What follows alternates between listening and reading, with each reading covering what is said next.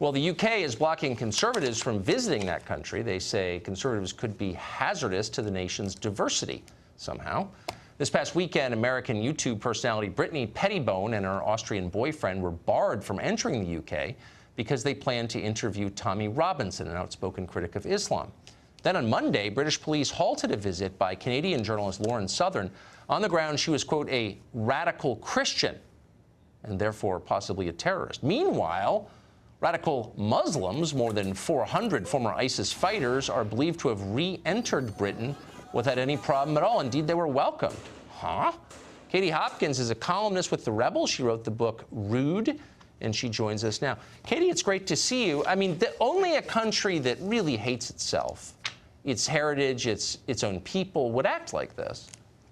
It's absolute madness, Tucker. I can't even tell you. For the regular British man or woman in the street, they're just shaking their heads and going, what has this country come to? We're welcoming back the mad mullahs. We're welcoming back the jihadis after they've done their jihad in Iraq or Syria. And by the way, they're not that good at jihad. You know, so you're supposed to blow yourself up if you come back. You probably weren't that great at jihad in the first place. Good point. But we are turning away Conservatives who just want to stand up for being Christian Conservatives. And our Home Office here has sided with the Islamists of Luton. We seem to have some new blasphemy laws here in the UK that we didn't really know about, but are certainly being enforced.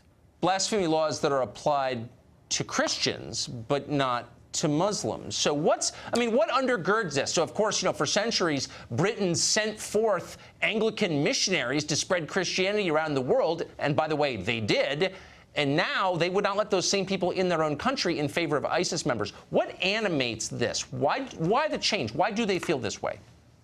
There's this pervasive thought that's spread amongst Liberals, it's amongst the Labour Party, the Democrats, if you will, and the Conservatives. We have a Conservative government in power. You wouldn't believe it. It seems to be that being white is considered wrong. Being Christian is considered wrong. Trump is wrong. And then there's a list of right answers. To be Islamic is right. To welcome back jihadis is right. We shouldn't prosecute them. We should embrace them. And it's really getting to a point here in the UK where, you know, we're up there on the endangered species list. To be a white Christian Conservative woman like myself, I'm right up there on the endangered, you know, animals list, up there with the black rhino. And the black rhino has got an advantage because he's black. So, I mean, the UK is a democracy, purportedly. You voted for Brexit. You still get to vote there for the time being. The majority of your population, I would bet you my car, does not agree with the policies I just described. Why are they putting up with them? There's this kind of sense right now, this place, this country has never been this tense. It feels like a pressure cooker, you know, and someone's screwing down the lid. And there's going to be a tipping point. And that feeling of just people going to be rising up to say, right, no more of this. We will not be silenced anymore. And the thing is, people hold on to certain voices. There's a lot of support for these YouTubers that you spoke of that were banned. Yes. And when you start silencing the people that were even, you know, finally speaking out for us, people like myself, in fact, I'm surprised I'm still here. I'm surprised I haven't been deported.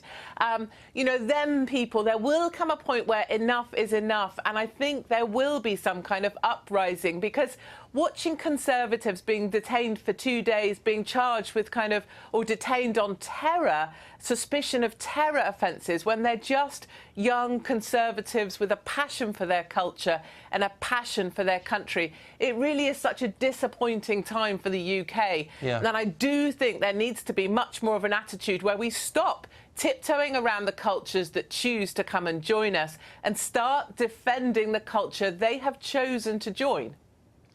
It used to be kind of a free country. That's authoritarian, what you're describing. And I'm sorry. Katie, thank you for coming on and telling us about that. It sounded familiar.